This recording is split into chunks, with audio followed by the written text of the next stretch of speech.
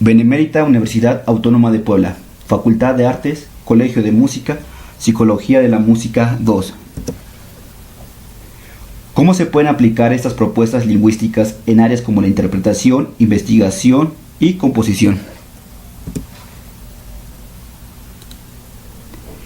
En esta exposición hablaremos de las teorías hechas a través de la comparación de la música con el lenguaje. Daremos una pequeña explicación de algunas teorías para después opinar sobre cómo se pueden aplicar estas teorías a las diferentes áreas de la música, como es la composición, interpretación e investigación. El enfoque de este trabajo está dirigido a los procesos mentales que suceden durante la actividad musical, haciendo a un lado las áreas de la música que siempre han sido estudiados, como lo son su historia, la técnica instrumental o la música como un fenómeno físico. Procesos mentales en la actividad musical. La música está presente en todas las culturas y sabemos que es capaz de despertar en nosotros emociones profundas y significativas, y por eso asumimos que la música es un proceso cognoscitivo, algo que sucede dentro de nuestra mente. Sin embargo, no se han elaborado teorías que lleven a una comprensión objetiva de los procesos mentales que suceden durante la actividad musical. Comprensión cognitiva musical.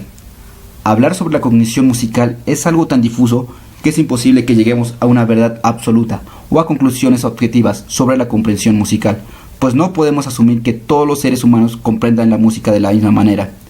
Y si contamos con que la cognición musical no ha sido una prioridad de los musicólogos, nos daremos cuenta que hay pocas conclusiones sobre la cognición musical. Sin embargo, hay teorías bastante interesantes surgidas a partir de la influencia lingüística. Similitud entre música y la lingüística. Ese trabajo está basado sobre las conclusiones de los musicólogos hechas a partir de las similitudes que existen entre la música y el lenguaje, así que esta analogía va a estar constantemente abordada en las diferentes teorías que trataremos.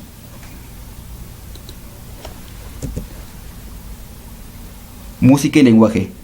Seguramente todos hemos notado que la comprensión y la creación de la música no es igual en todas las culturas. Tomando en cuenta que existen tantas, por ende es imposible definir un simple concepto de la definición de música. Sin embargo, podemos encontrar un factor común y podríamos definirlo así. La música es una convención social arbitraria para distinguir estos fenómenos de otros, la lengua y el habla. Música y lengua, función social. Una similitud bastante contundente entre la música y el lenguaje es la importancia que tienen ambas como función social de cada cultura. Esta importancia es justificada por la facultad de los miembros de una sociedad para distinguir a una lengua o música como perteneciente o ajena. Entonces podríamos decir que la esencia de la música no se puede entender si es separada de la sociedad que la define como tal. Esto nos lleva a conclusiones de que si queremos tener resultados universales es necesario comprender la cognición musical de cada cultura. Sin embargo, el interés de los musicólogos solo se ha centrado en la música tonal clásica. La semiótica musical de Nati utiliza la lingüística como el ejemplo metodológico de la semiótica musical y a su vez utiliza la semiótica musical para dar un análisis científico del objeto musical. Adopta tres distinciones centrales de Saussure. Ferdinand Saussure es un lingüista suizo considerado el padre de la lingüística estructural. Estas tres distinciones son la investigación interna, la concentración de la dimensión sincrónica, es decir, un punto de vista estático con corte temporal y que determina las pautas que en ese momento estructuran la lengua, y un enfoque en el espacio sistemático, es decir, una descripción del estilo de un compositor o periodo basándose en el cuerpo sonoro. Nati se inspira en el sistema de segmentación desarrollado por Nicolas Rouet, musicólogo y lingüista francés, y de esta forma evita problemas que resultan de las definiciones verbales aceptadas en las unidades musicales, por ejemplo, el motivo o la frase, al ser inexactas y tener un juicio subjetivo. Estos procedimientos son identificar y definir las unidades del discurso musical usando el principio de la repetición. También la longitud de los segmentos, o sea, las unidades de tamaño similar a mismo nivel estructural. La semejanza o diversidad entre segmentos. Y por último, la diversidad, que puede a veces ser explicada como una transformación, es decir, una acción que relaciona a las unidades como variantes. Las ventajas son que los criterios objetivos de repetición y longitud evitan suposiciones a priori, y así se asegura la validez científica. Y también que revela el código del mensaje musical, o sea, el estilo del cuerpo musical. Las desventajas es que se necesitan criterios adicionales. Por ejemplo, si tenemos un motivo que tiene do, mi, sol, fa como A y do, mi, sol, mi, fa sostenido como A', y la bemol, do, mi bemol, do, re bemol como A doble prima, podemos encontrar que A' se parece a A en la altura absoluta y A doble prima se parece a A en los intervalos. Es decir, A' y A doble prima son transformaciones de A, pero ¿cómo podemos saber cuál está más cerca? Quizá utilizando una intuición personal. Y así no sería y no tendría objetividad científica. Esto deriva a un problema metodológico, por la validez de los resultados, ya que no es capaz de explicar si el recurso a la intuición resulta de una incapacidad temporal de dar una explicación o si es un factor determinante. Y también un problema etnográfico. Etnográfico se refiere al estudio de la teoría y de la historia musical, o sea, que estudia la música popular de una etnia. Y se deriva un problema etnográfico porque dependerá de cómo se escuchará la música en cierta cultura por su contexto humano. Será cómo una sociedad explica y define su música. Una teoría generativa de la música tonal. Está influida por la teoría de Chomsky, pero su pregunta principal es ¿cómo organiza el oyente la superficie musical? Esto nos deja claro que el enfoque no es sobre las regularidades del objeto musical, sino una competencia mental. También aspira a una gramática que modele la conexión creada por el oyente con la superficie musical. La teoría trata del idioma tonal occidental clásico y describe 4 componentes de la estructura musical.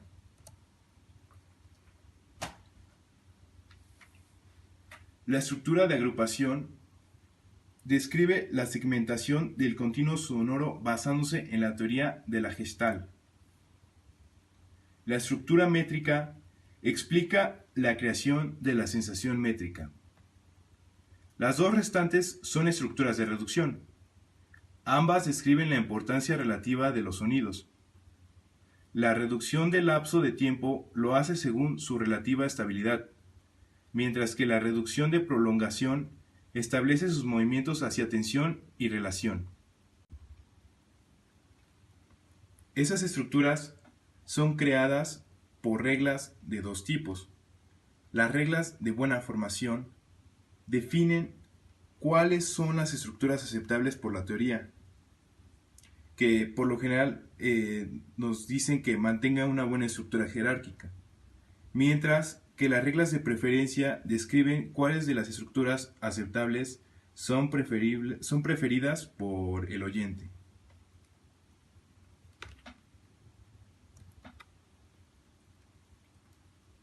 Las contribuciones más notables de esta teoría son las preguntas que despierta sobre la música como competencia mental.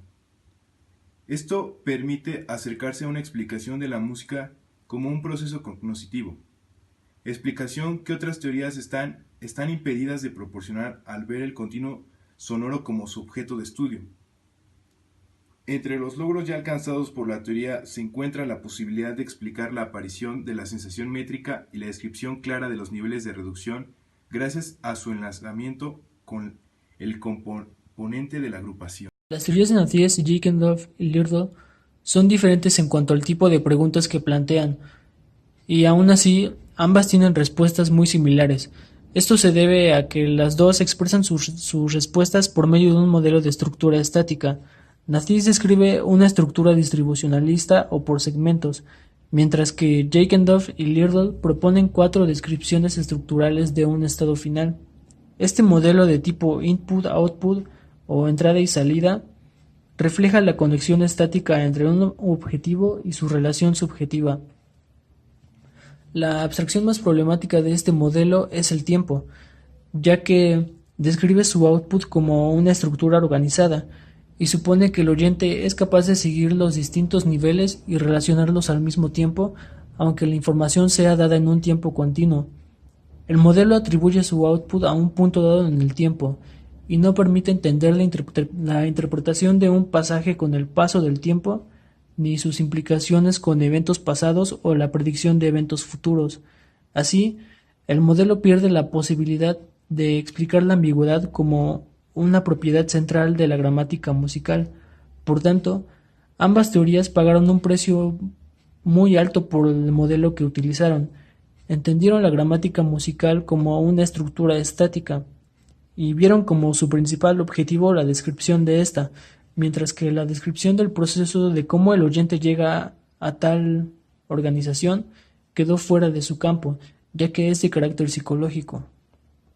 El factor tiempo quedó fuera de ambas teorías y con esto quedó fuera también la función de cuál es el papel que desempeña en nuestra capacidad de representar internamente la música. Así que para entender la gramática musical y su representación mental es importante también saber cómo se escucha la música.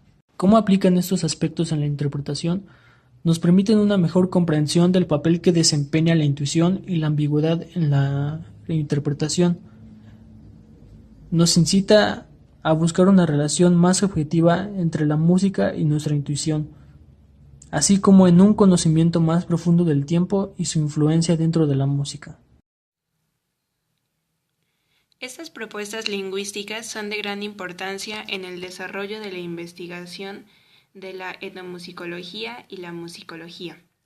Además, estas investigaciones han ayudado a la comprensión integral de la relación lenguaje-música. ¿Cómo se pueden aplicar estas teorías lingüísticas en la composición? Aunque los métodos de composición varían según el individuo, creo que podemos generalizar algunos puntos basados en las teorías que hemos visto, que nos podrían ayudar al componer o por lo menos a considerar otra perspectiva de la composición. Bueno, aunque creo que los compositores realizan estas actividades, es un hecho que lo hacen un poco inconsciente. Por tal motivo, quizás una valoración más consciente de estas teorías pueda ser un trabajo más eficaz. El primer punto que me parece bastante interesante es la planeación de una estructura, aunque no asumo que los compositores no hagan una planeación estructural, pero podría ser de mucha ayuda la comprensión de estas teorías, en especial la teoría generativa de la música tonal de Jekendorf y Lirdl. Pues, como ya vimos, esta teoría habla de 4 componentes jerárquicos. Estructura de la agrupación basada en teoría de la Gestalt. 2. La estructura métrica. Y las últimas 2 estructuras de reducción. Apoyado en esta teoría, el compositor puede visualizar su creación en 3 ideales. 1. La elaboración de una idea a partir de su entendimiento con la intención que posea una estructura lógica razonable. 2. Hacer una creación que tenga una estructura métrica clara, no solo para el compositor, sino para el oyente. Y 3. Lograr que el trabajo final pueda reducirse jerárquicamente en varios niveles, esto a partir de la importancia de los sonidos. Por ejemplo, usar cadencias para cerrar frases. Otro proceso en el cual podemos aplicar esas propuestas teóricas es la velocidad del proceso mental. ¿A qué me refiero con esto? Es decir, la estructuración le permite al cerebro asimilar información mucho más rápido, logrando así una visualización más clara, a diferencia que si solo lo hiciéramos confiando en el gusto o la creatividad del compositor. Concluyendo, el artículo que abordamos expone dos teorías acerca de la música y la lingüística, la de Jackendorf y Lerdahl, teniendo ciertos componentes de naturaleza jerárquica como son la estructura de la agrupación basada en la teoría Gestalt, la estructura métrica y últimas dos estructuras de reducción. Y entre los logros de la teoría son el concebir la música como proceso cognoscitivo, explicar la aparición de la sensación métrica y la descripción clara de los niveles de reducción. También la de semiología musical de Nati, que considera la lingüística como el ejemplo metodológico de la semiótica musical y utiliza la semiótica musical para dar un análisis científico del objeto musical. Todo esto aplicable, como antes habíamos mencionado, en la composición, investigación e interpretación.